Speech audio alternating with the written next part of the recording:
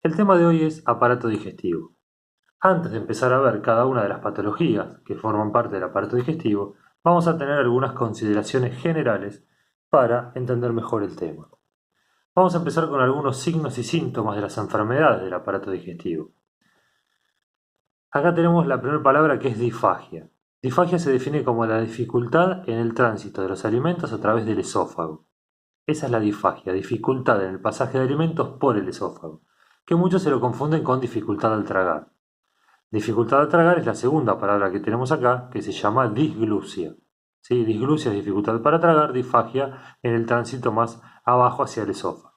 Dis significa dificultad, por eso disnea es dificultad para respirar, disuria es dificultad para orinar. En este caso vamos a ver como signos y síntomas disfagia y disglusia. Otro término que vamos a ver es la pirosis. Pirosis o acidez, lo que ustedes comúnmente llaman como acidez.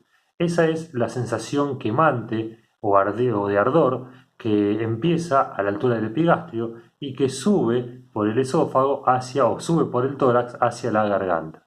Esta pirosis o acidez se debe al reflujo del ácido del estómago hacia el esófago. Ese ácido quema el esófago y da esa sensación de ardor o quemazón.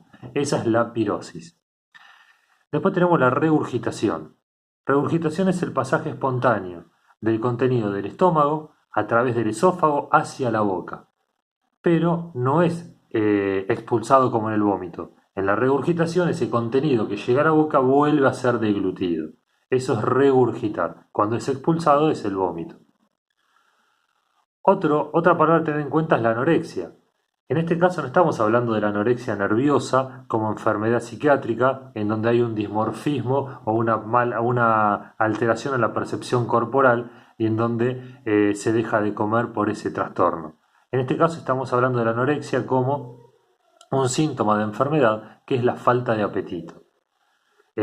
Cualquier enfermedad que produzca falta de apetito decimos que produce anorexia, como por ejemplo la gripe. Para la gripe que cursa con alta temperatura produce pérdida de apetito. Cuando ustedes están con fiebre no tienen ganas de comer. Por eso hablamos de anorexia como síntoma de enfermedad y no como la enfermedad psiquiátrica que sería la anorexia nerviosa. Y acá tenemos otro término que ustedes por ahí lo deducen o lo conocen, epigastralgia. Si hablamos de algia significa dolor, epigas es del epigastrio, por lo tanto la epigastralgia es un dolor de epigastrio. Recuerden que en el epigastrio tenemos al estómago. Por lo tanto, cuando haya una úlcera estomacal o cuando haya una gastritis de estómago o una gastritis erosiva de estómago, entonces ahí se va a manifestar con la epigastralgia, que es dolor en el epigastrio. Esto es para entender un poquito cuáles van a ser los signos y síntomas de las enfermedades del aparato digestivo. Y ahora vamos a ver cómo es el estudio por imágenes, teniendo en cuenta lo que es estudio con rayos X. No vamos a hablar ni de tomografía ni de ecografía.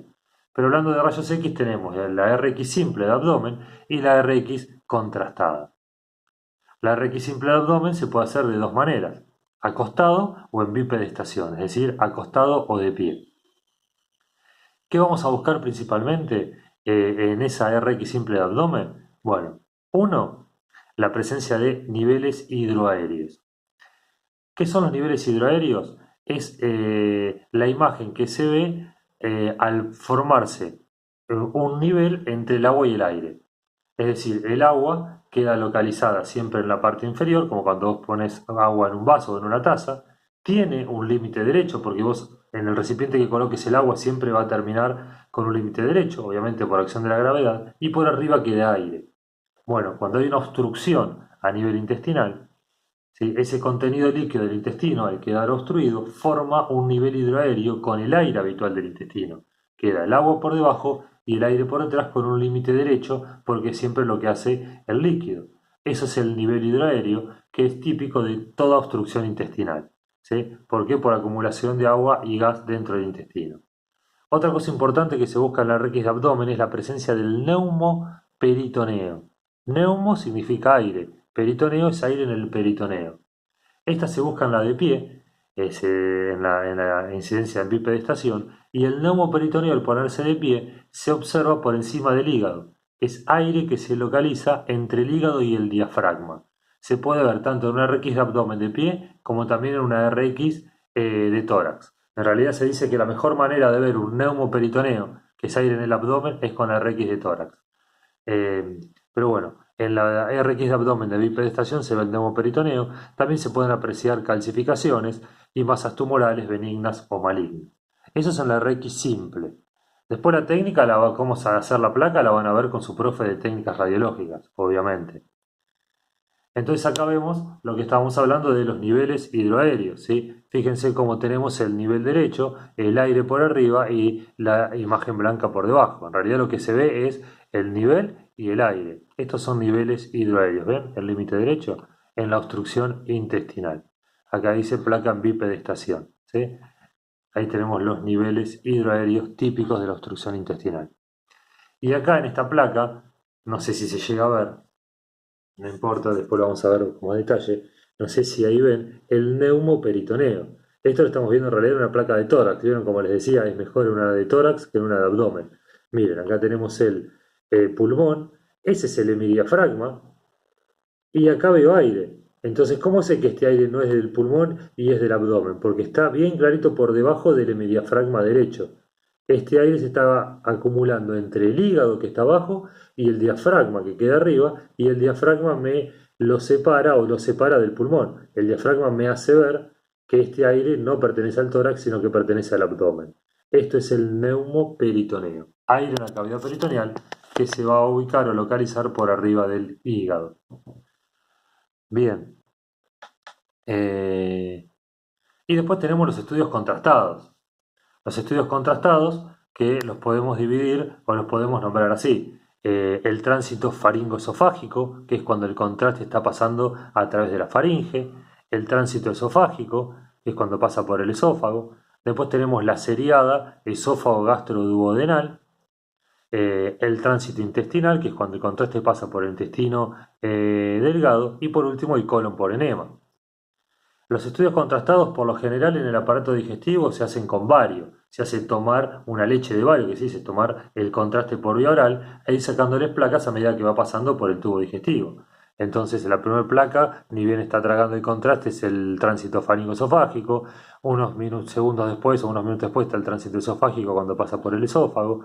Pasados los minutos, se espera que el contraste siga su trayecto y se hace la seriada esófago gastroduodenal, es decir, se sacan placas cuando el contraste va por el esófago, cuando llega al estómago y cuando alcanza el duodeno. Sacando placas con más minutos o con más tiempo, hacemos lo que se llama tránsito intestinal, prácticamente no se hace. Y para ver el colon, no se toma el contraste, sino que el contraste ingresa por vía rectal. Entonces se hace lo que se llama colon por enema. ¿Sí? El contraste se administra o se instila desde el recto hacia el colon en sentido reverso, o sea, empezando a contrastar colon sigmoide, recto, colon sigmoides, colon descendente, colon transverso y por último el colon ascendente. Ese es el colon por enema. La técnica radiológica de cómo se hacen las placas y los minutos la van a ver todo con su profe de técnicas. Bueno, y por último, para terminar acá, para que no se haga tan largo el video, después les hago otro, vamos a hablar de que hay dos técnicas de contraste. ¿Sí? Se puede hacer de dos maneras esos estudios contrastados que acabamos de ver. La técnica de doble contraste, ¿sí? En donde además de poner como contraste vario, también se insufla con aire, o sea que el doble contraste es aire vario. Esto permite que el aire expande las paredes, ¿sí? Expande los órganos y el bario se pega a la pared del órgano. Entonces se va a ver, no se va a ver todo completo de una columna de bario, sino que se va a ver el órgano expandido, abierto y el bario pegado a las paredes. Ese es el doble contraste, ahora después se lo voy a mostrar, a el bario aire, y la otra es la de lleno total, en donde va una columna de bario completa ocupando toda la luz del órgano, ya sea esófago, estómago o intestino. ¿Sí? La diferencia es que en una solamente le damos la leche de bario para que tome, en la otra se insufla con aire para expandir el órgano hueco. Y esto también es importante. Independientemente, lo importante es que siempre vamos a usar bario. Acá hablamos de qué tipo de contraste usamos, perdón. Siempre usamos bario como contraste, que es liposoluble y que se elimina a través después de la materia fecal. Pero cuando se sospecha que el paciente tiene una fístula es un conducto que comunica un órgano hueco con otro órgano hueco.